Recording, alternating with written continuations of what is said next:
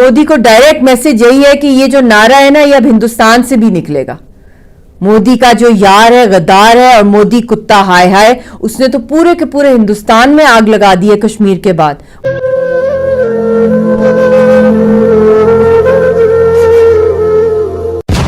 और 28 जनवरी को एक बहुत खौफनाक फांसी के केस की हेयरिंग है, इसलिए आप सबका सपोर्ट आपकी बहन आपकी बेटी को चाहिए. इसलिए मैं सड़कों पे निकल आई हूँ, क्योंकि एक इंसाफ जो मिलता है आपको अल्लाह ताला की अदालत में मिलता है, एक अवाम की अदालत में.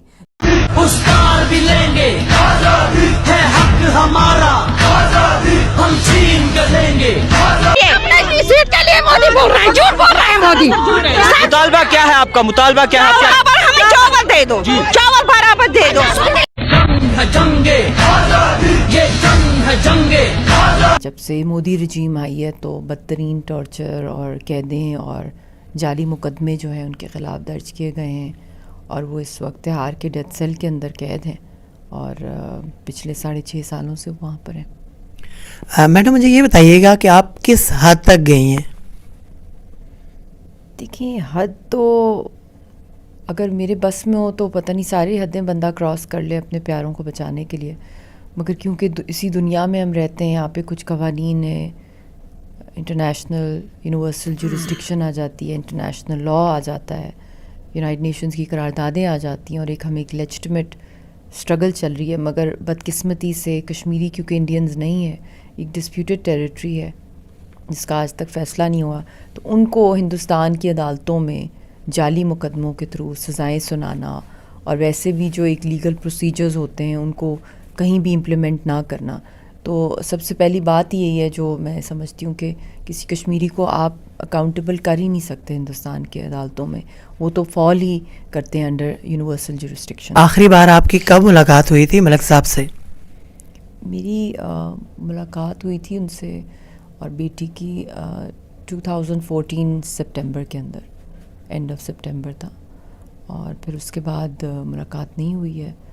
अब ऑलमोस्ट 11.5 ईयर्स हो गए हैं. मुलाकात की बात नहीं है, मुलाकात की भी डिमांड है, फिर फेयर ट्रायल की बात है, फिर उनको मेडिकल केयर फैसिलिटीज़ दी जाएं, फिर उनको क्योंकि उनके लॉयर को भी बहुत मिस्टीरियसली बीमार हुए राजा तोफैल साहब, तो फिर यासीन साहब ने कहा कि मैंने अपने केसेस जो हैं वो ख़ुद लड़ने हैं, और ये एक राइट होता है कि इंसान का कि कहीं भी चाहे दुनिया की किसी भी अदालत में हो वो अपना मुकदमा ख़ुद लड़े.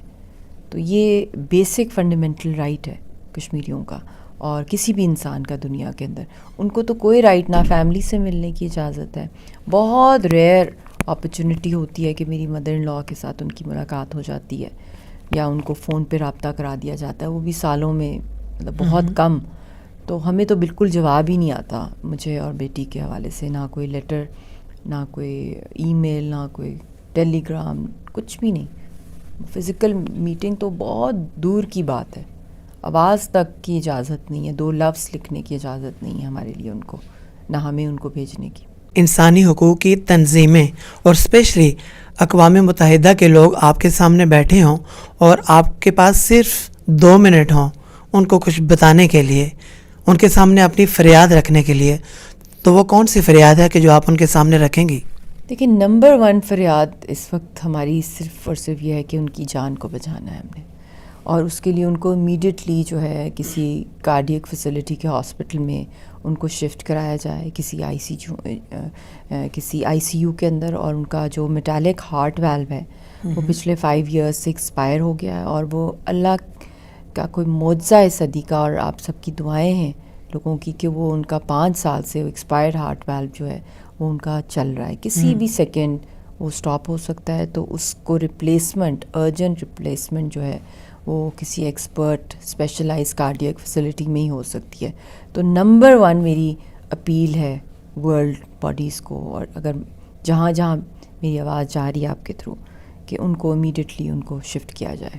आपके अंदर एक तड़प नज़र आ रही है हमें अपने शोहर के लिए, उनकी जान को बचाने के लिए और स्पेशली उनको इंसाफ दिलाने के लिए. आपको कौन कौन सी प्रॉब्लम्स आ रही हैं यहाँ पर?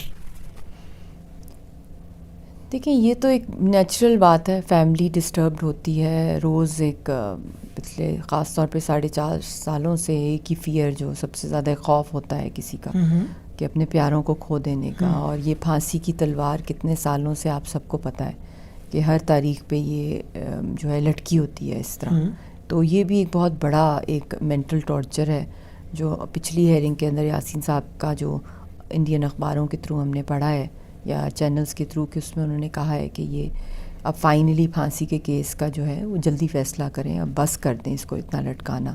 تو وہ تو بالکل ہی بے خوف ایک ایسا لیڈر ہے جو کہ موت سے ہر وقت کھیل رہا ہوتا ہے. بٹ ایز اے فیملی ہم سب کے لیے, ان کے لیے بھی یہ ایک بہت بڑا ایک سائیکولوجیکل جو ٹارچر ہے. اور میں نے حال ہی میں جو بھی جتنی بھی آپ نے پریس بریفنگز بھی دیکھی ہیں, جو لیٹرز بھی میں باہر کے ملکوں میں ورلڈ باڈیز کو بھیج رہی ہوں, اس میں جو میٹنگز بھی ہوتی ہیں اس میں میرا ٹاپ پر ہوتا ہے کہ ان کا میڈیکل کیئر, پھر ان کی مینٹل ویل بینگ کے لیے جو ان کو سائیکولوجیکل مینٹل اور فزیکل جو ان کے ساتھ جو ٹارچر کیا جا رہا ہے اس کو بند کیا جائے. اور ان کو مطلب کہ ان کو ایک جو ایک سنوائی ہو, ان کو ایک فیئر ٹرائل دیا جائے. ویسے تو یہ کیسز ہم مانتے ہی نہیں, یہ تو ہے ہی سارے جعلی, مگر یہ ہے کہ ان کو کوئی بھی بیسک فنڈامنٹل جو اسٹینڈرڈس ہیں جو انٹرنیشنل فیئر ٹرائل کے وہ بھی میٹ نہیں ہو رہے.